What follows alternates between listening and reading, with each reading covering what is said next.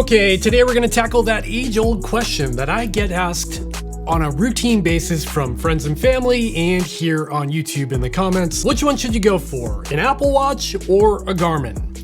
This is going to be a deep dive. Let's talk about it. This video is designed for the person just starting to explore the options when it comes to GPS, multi-sport watches, smartwatches, that sort of thing. And one of the questions that you'll quickly realize when you're getting into this mess is that it's really hard to decide which way to go. Should you go for an Apple Watch with all of the smartwatch capabilities and cellular connectivity and apps, or should you go for something like a Garmin, which is a little bit more focused on being a fitness watch rather than a smartwatch? Now, truth be told, there are no bad options here. All of the watches I have on the table here are really nice. The thing is, when it comes to either a Garmin or an Apple Watch, there's always going to be a sacrifice. There's going to be pros and cons to both, and it's really going to boil down to your specific use case as to which one's right for you. Now, my goal in this video today is to run through all of the differences, all of the variables, and try to help you decide which one is the right tool for the job. And keep in mind as we go through this that I'm not going to be talking about specific models in general.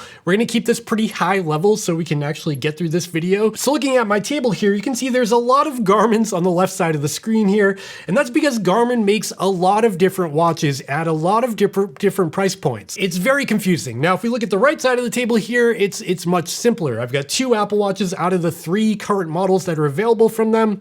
They've got the base model, which is the Apple Watch SE, coming in at $249. That's retail price.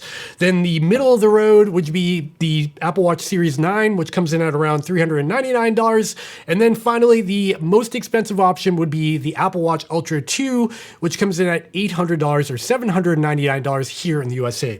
Keep in mind, that's not sale pricing. That's going to vary wherever you are in the world. So Apple basically offers three different models at three different price points. And within those three different models, there's even more variables like a stainless steel version of the Apple Watch Series 9 versus the aluminum, or cellular versus non-cellular. And all of that will change the pricing accordingly. On the other hand, if we go over to the Garmin side of things, Garmin just makes a lot of different models. For example, they have watches starting at $249, like this Vivoactive 5 I have here, but on the same token, they also have the Garmin Forerunner 165, which again is $249. Both watches are the same price. They just vary in what features are offered. So on the Vivoactive 5, for example, it's more of a wellness device, while on the Garmin Forerunner 165, it's more designed for runners. The point I'm trying to get at here is you're going to notice in the Garmin camp that there's going to be silos. There's going to be like adventure-oriented watches, like this Garmin Instinct 2X here. That's going to be lumped in with something like the Garmin Epix Gen 2 or the Fenix 7. These are all like hiking outdoor style watches that can sort of do it all. Then there's the Forerunner lineup, which is the Garmin Forerunner 265 or the 965 I'm wearing here, which are more in the running lineup. And then there's wellness devices like the Garmin Venu series I have here, or the Vivoactive 5 I have here, which are more designed to help with like day-to-day wellness and fitness. And the moral of the story here is that both Apple and Garmin offer devices ranging from $250 all the way up to like $1,000. So it's really gonna depend on your budget and what you're looking for, okay? I hope that helps. Hey there, quick interruption. If you're finding this video fun or helpful or entertaining or anything, please consider going down and giving me a thumbs up and subscribing to my channel down below so you don't miss more videos from me in the future. I'd really appreciate that. Also, make sure to check out the links in the description to the products I'm showing in this video and over to my merch store where you can get a pretty sweet hat like that. All right, let's move on. Moving right along into the next topic, let's talk about design and size options and the form factor. So again, between these two different brands, there's going to be various sizes to choose from, and that's going to be important depending on the size of your wrist. For me, for example, I have 16.5 centimeter circumference wrists, and this is the Garmin Forerunner 965, which comes in at 47 millimeters in diameter. However, if I was to take the Garmin Epix Pro 51 millimeter here, you can see that's quite a bit bigger. It's a much chunkier watch, and on my wrist it's a little bit big, and that's really going to boil down to your personal preference and how big your wrists are. And the nice thing about Garmin is that they actually make small versions of most of their bigger watches. For example, there's a 265 and then a 265S. which is 42 millimeters in diameter. When it comes to sizing, when we jump over to the Apple side of things, you do have some sizes to choose from there as well. If you go with an Apple Watch SE or an Apple Watch Series 9, both of those models do have two different sizes options to choose from. Now this one here is an Apple Watch 45 millimeter form factor, and you can see on my 16.5 centimeter circumference wrist, it fits me pretty well. Now jumping all the way up to the Apple Watch Ultra 2 here, this watch only comes in one size form factor, and that is 49 millimeters. So it is quite a bit bigger than the smaller Apple Watches, but then again, it's still not like crazy bulky for my size wrist, so I can wear this day to day without a problem. The other thing to consider when it comes to size though is the form factor or the aspect ratio of the watch. Where Garmin's are typically round for the most part, they do have one square watch, but generally all of their modern day watches are round. This is the Epix Pro 51 millimeter on the left here, while Apple on the other hand makes rectangular watches. There are some pros and cons to both. For me, I do like the look of a standard round watch. However, the Apple Watch does provide a little bit more screen real estate because of that square shape design. Moving right along into the next topic, let's talk about the user interface between Garmin and Apple Watch and how they differ. The user interface on the Garmin watches will vary depending on the model that you purchase. You can see here, I've got a Forerunner model and an Epix model, but if I scroll down between these two models, the user interface looks a little bit different. It's very similar, but the animations are slightly different. Now on the Apple side of things, the user interface across all Apple Watches is the same. You could have an Apple Watch Series 5 or a really old Apple Watch. It'll look nearly identical to how this Apple Watch Ultra 2 looks when you're using it and scrolling through the menus. The next thing I want to talk about is actually interacting with these watches and how that differs between Apple and Garmin as well. So, for example, on the Apple Watch, it basically leverages the touchscreen for everything you do. Not everything, we'll talk about that in a minute, but most things you do on the Apple Watch, you're gonna need to use the touchscreen. For example, if I'm scrolling through the menu here and I want to select, I don't know, the sleep app, for example. There's no button here to select that particular thing. I can't just push a button on the side here to select sleep. I have to physically tap on sleep and that will open the app. Not a huge deal, but if you're out on a hike or a run, for example, and you've got wet, sweaty hands, using a touchscreen can be a little bit of a hassle. On the other hand, on the Apple Watch Ultra 2, for example, you do get an extra button on this watch. And as you can see on the side here, this orange button that they call the action button can be mapped to various things. So for me, I've actually mapped that to launch my workout activities, so I can click on that. It'll open up the workout app. Now I can choose run, for example. Again, I can't just select run by using a button. I have to physically tap on it. But now that I'm in there, I can actually use the action button to start my workout. As you can see there, it just started. I can mark a segment with that button, and I can even pinch two buttons at the same time to pause my workout. However, I can't end my workout with buttons. I still have to swipe over and click the end button physically there to end the workout. So as you can see, it's kind of like a hybrid of using buttons and screens to get things done. Now, if we go over to the Garmin side of things, that's where things are a little bit simpler. So if you're looking to use more of a tactile button-based user interface, that's where Garmin excels. So as you can see here, if I scroll through this Epix Pro, I can do everything with the buttons. I can go into my last activity there, click on that. Now I can scroll down and I can look into different activities. I can open up the maps from that activity or look at my heart rate zones. Everything on this watch can be done from the buttons. And not only that, I can actually disable the touchscreen entirely if I don't want to use it. Again, though, this is gonna vary depending on what Garmin watch you choose. For example, the Garmin Venu 3 here, which is more of like a smartwatch, wellness watch kind of situation, only has 3 buttons on the side. So you can't do everything on this watch from the buttons. On this Garmin, occasionally you will need to use the touchscreen. So it's gonna boil down to what model you choose. If it's an Epix or a Forerunner, it can be completely button-based and touchscreen-based. If it's a Venu 3 or a Vivoactive, then you're gonna have to use the touchscreen for most things. And if you have an Instinct series, that's where there's no touchscreen at all and you will be using the buttons for absolutely everything. Confused yet? I am too. Let's move on. Now let's talk about the actual user interface between Apple and Garmin because they are very, very different.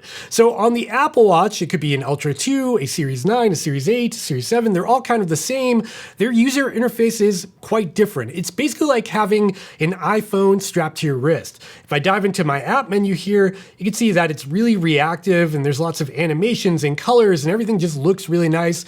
The controls are super smooth. There's no delay, no lag, no waiting for anything to happen. This is a really snappy user interface. However, in here, you'll find things like, Apple Music or messages to check your text messages. You can scroll down and you can open up the phone app to make a phone call right from the watch without even having your phone on you. You can open up Apple Photos and look at recent photos you took with your iPhone. And it ties into the Apple ecosystem really tightly. So if you get a text message on your phone, it's going to pop up on here instantly. You can reply to your text messages from your watch. You can stream music to your watch using cellular data. Again, just keeping this pretty high level to keep things moving. I'll just summarize the Apple Watch by saying it's a lot like your phone, just really tiny and strapped to your wrist. Now, jumping over the Garmin watches here, that's where the user interface is a little bit different, because if you scroll down, you'll notice that the Garmin watches prioritize your health and fitness over everything else. So the first thing you see are things that will assist you in your health and fitness. Here we've got a weather widget, then we've got the sunset and sunrise widget. But if I scroll down, you'll see my weekly mileage here. This is my last activity, which was running. You'll see health, which will show me my body battery, which is a metric used to try to help you identify how much energy you have left in your day. You've got my sleep data there, my heart rate throughout the day, my HRV status, that's heart rate variability. That'll let you know how your HRV is doing from day to day and whether or not it's declining or going up. You've got your step count and your SpO2 data there as well. But it doesn't just end there with like wellness data. If I scroll down, you've also got things like your estimated VO2 max here. This is a good gauge on your fitness level and how your training is helping your fitness improve. If I back out of there, I've even got things like the Hill score. And then there's this metric here called training readiness, which is one of my favorite metrics on Garmin watches. If I dive into this, you can see it says my training readiness is moderate. And if I scroll down, it shows all of the factors that play a role into my training readiness. So that's my sleep, my recovery, my HRV status, my training load, my sleep history, my stress history, and all of those things roll up into that one score that is training readiness to help you identify how ready you are to take on more training on a given day. And then on the Garmin's, you do have tools like training status. And training status will basically aggregate all of your recent activities and let you know if it's improving or productive to your fitness or decreasing or, straining your fitness level because you're overtraining or you're not doing enough. To be clear, even though the Apple Watch doesn't present all of the same data that the Garmin's do front and center right on the watch itself, it still does collect all of that data, including your sleep, your daily wellness, your step count, and even more advanced metrics like the VO2 max, for example. And that's all viewable within the Apple Health app. However, it's still missing features like body battery and training load, but that's where third-party apps come in to sort of fill the gaps. So even though the Apple Watch prioritizes smart functions like phone calls and text messages and streaming and all that stuff, it can do a whole lot more because the Apple App Store has thousands of apps that you can download to your Apple Watch. There's just about an app for everything imaginable. I have an app on mine to open up my garage doors. So like I said, the Apple Watch doesn't prioritize the health and wellness data right off the bat, but if you download an app like Athletic or Elite HRV, they can get the job done too in a very similar way to Garmin watches. They're just doing it with a third-party app. And that's kind of what Apple does with everything. Apple basically gives you the foundation, which is the Apple Watch itself with a really slick-looking user interface, and then they rely on third-party developers and apps to kind of fill in the gaps for what you want to do. Jumping back over to the Garmin watches here, there is an app store for Garmin as well. It's called Connect IQ, or Garmin Connect IQ. The difference here is that on Garmin Connect IQ, first of all, there's a lot less offerings there. There's not a lot of third-party developers for Garmin. But if you are looking for a watch face, there are thousands of them you can download to your watch. Another thing you can download is data fields. And data fields are little snippets of information that can show up during an activity. So if you're out on a run and you want a data field to show your elevation data on a little graph, you'll probably find that on the Connect IQ store. And that just allows you to customize your activity data pages, what you actually see when you're out on a run. So to summarize the Apple App Store with the Apple Watch, there's a ton of apps out there, thousands of them to do just about everything you can imagine. Where on the Garmin Connect App Store, it's really focused on watch faces and some simple apps along with data fields. Moving along to the next topic, let's talk about activity profiles and recording activities with the Apple Watch and the Garmin's. So again, this conversation will tie into apps a little bit as well, because, for the most part, I like to use the built-in default app for working out from Apple, which does have a lot of activity profiles from indoor running, outdoor running, and everything in between. You can even go down and click add workout, and you'll see things like badminton, bar, basketball, soccer, dancing, American football, archery, you name it, Apple's probably got it. There's a lot of activity profiles here for just about everything.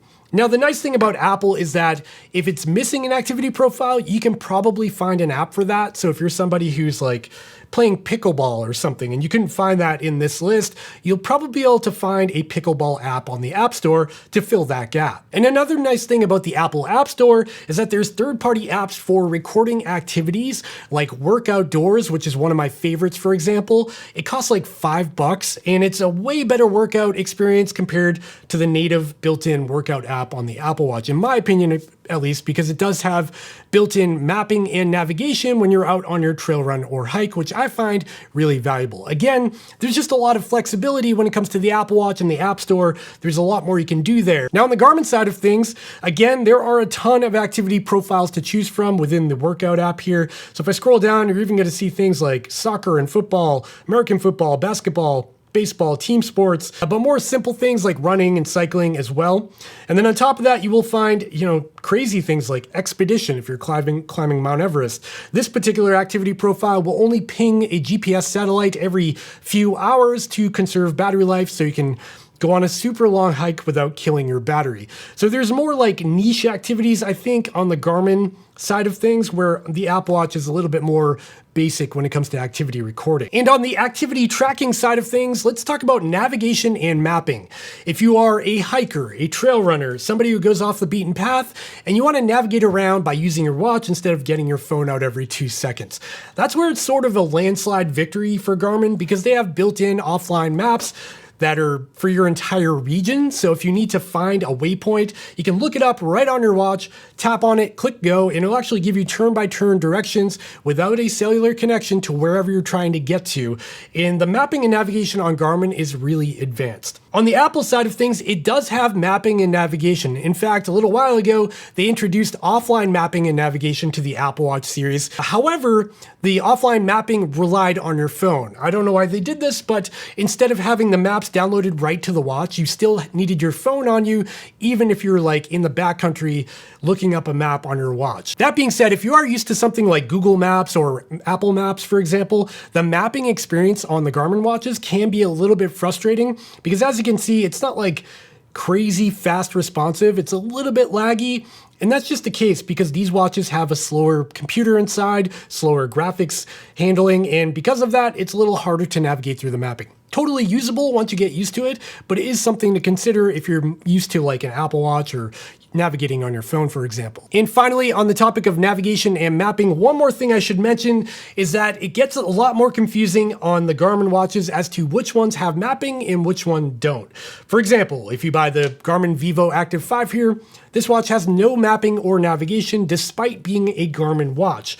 But if you buy something like the Garmin Forerunner 265 here, this has basic breadcrumb navigation, which means you'll be able to see a little squiggly line of where you've gone so far. You'll be able to use that line to get back to the beginning of your activity, but you won't have any context around you. You won't have a base map that'll show you like other trails or waterways or roads or anything like that. And then finally, you do have the Garmin Fenix, the Epix, the Garmin Forerunner 965 here, and all of these watches do have that full-blown color mapping capabilities.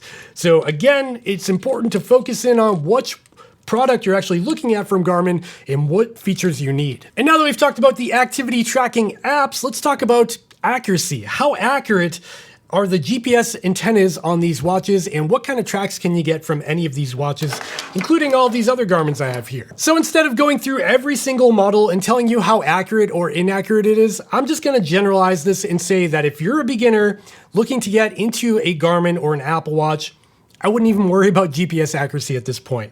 Most of the watches on the table here have something called dual band, multi-band, multi-signal, multi-frequency, It's a nice way of saying that they're some of the most accurate on the market. And yes, some are better than others. For example, I've had really good luck with the Apple Watch Ultra 2, the Garmin Forerunner 965 here, the Epix Pro are all really good when it comes to GPS accuracy.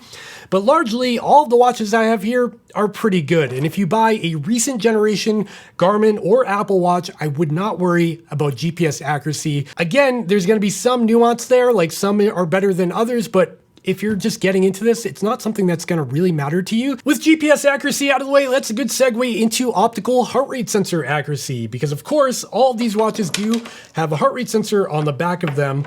However, they're not all created equal, and that's where things again get a little bit confusing on the Garmin side of things, because they've had so many different heart rate sensors throughout the years. Now, for the purpose of this video, we're just going to focus on their latest generation of heart rate sensors, and here I have the Gen 5 sensor on the left on this Epix Pro, and on the right we have the Gen 4 heart rate sensor. There are some differences between the two. On the new Gen 5 sensor, there's a couple of new features. For example, the Gen 5 sensor can pick up your skin temperature while you're sleeping throughout the night, and that can determine whether or not you're coming down with something and getting sick, or even if you're overtraining. The Gen 5 heart rate sensor also has ECG or electrocardiogram built in, while the Gen 4 heart rate sensor does not. Now, in my testing so far, both of these sensors have performed really well, but again, there are a lot of variables that play into accuracy with optical heart rate sensors, from having tattoos to the color of your skin to how dense the hair is on your skin. There's a lot that plays a role in it, so something that works well for me might not work well for you. All I can do here is share my opinion and what I've seen in my testing so far. Jumping over to the Apple Watch side of things, of course, they do have optical heart rate sensors as well, and if you buy an Apple Watch Ultra 2 or the Apple Watch Series 9, these will come equipped with ECG or electrocardiogram built in, just like on the Garmin Gen 5 sensor. Another weird thing that happened on Apple Watch is that they were actually sued by a company called Massimo a little while ago that kind of blew up, and they ended up having to remove the feature of their SpO2 sensor or blood oxygen saturation sensor from the back of the watch, and they did that from a software level. If you had a watch prior to this, it would still work, and if you buy a used watch with it enabled, it'll still work for you, but if you go out to like Apple Store or Best Buy or whatever, you're not going to have that feature. So again, just keep that in mind. Is it useful for everybody? Some people, yes, but for me, I never really used the SpO2 feature, so I'm not really worried about it. And when it comes to heart rate sensor accuracy from both Garmin and Apple Watch, which one is better? Well, again, this is kind of gonna go back to the conversation I had with GPS accuracy. If you're just getting into this and you're not somebody who's going to be looking at every little nitty-gritty detail, looking at every run or ride and analyzing that heart rate track, the accuracy is not going to be something you're even going to notice. And the final topic in this video that we have to talk about is going to be battery life. That's where Garmin is basically a landslide victory when it comes to battery life, because most of these watches I have here will last you on a single charge, 5 days up to 30 days without even batting an eye. They're really good in terms of battery life. Now, if we go over to the Apple side of things, that's where things get a little less impressive, because something like the Apple Watch Series 9, the Series 8, the Series 7, that'll last about a day on a single charge. So with these watches, you will need to charge them up every single day to keep using them.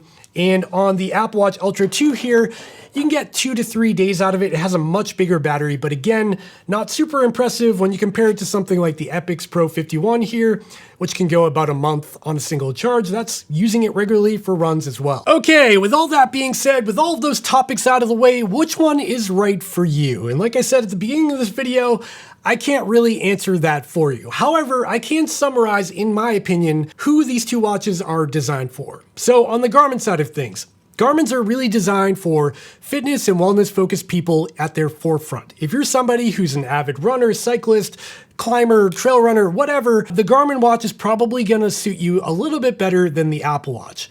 On the other hand, if you are somebody who's very active, maybe you are a runner, you're running a few times a week, but you also want a really useful smartwatch. You don't want to have to bring your phone with you everywhere. You want to play back music to your earbuds phone free and take and make phone calls without having your phone on you. That's where the Apple Watch is a really compelling option, because it does a lot more as a smartwatch compared to a Garmin, but it's not quite as fitness focused first compared to a Garmin. With that said though, that's not to say one is better than the other or one can do things that the other one can't, because again, with the Apple App Store, you can download an app for just about everything. There's so many apps out there to fill the gaps, and with enough apps on the Apple Watch Ultra 2, you can basically have the same functionality between both watches. And at the end of the day, it's really gonna boil down to to your personal preference and which one's right for you. All I'm trying to do here is lay out the facts and share my opinions on who is right for these two watches, and hopefully that helped you in some way. Okay, that was a lot. That was a long-winded video, and I'm sorry for the dense nature of this video, but it had to be done. I tried to answer all the questions. I'm sure I missed some out there, but hopefully you found it helpful. And if you did find it helpful, please consider going down and giving me a thumbs up and subscribing to my channel down below so you don't miss more videos from me in the future. I would really appreciate that. And while you're down there checking out those product links, also check out the other links down there, which go over to my other social media accounts, like my podcast, my Instagram, and my merch store, where you can buy some sweet merch like this, including the Chase to Summit Nightfall hat and the Dad Pace hat. Like what I did there? It's pretty nice. And with that, friends, that concludes this video. I hope you found it helpful, and I'll see you in the next one. Bye.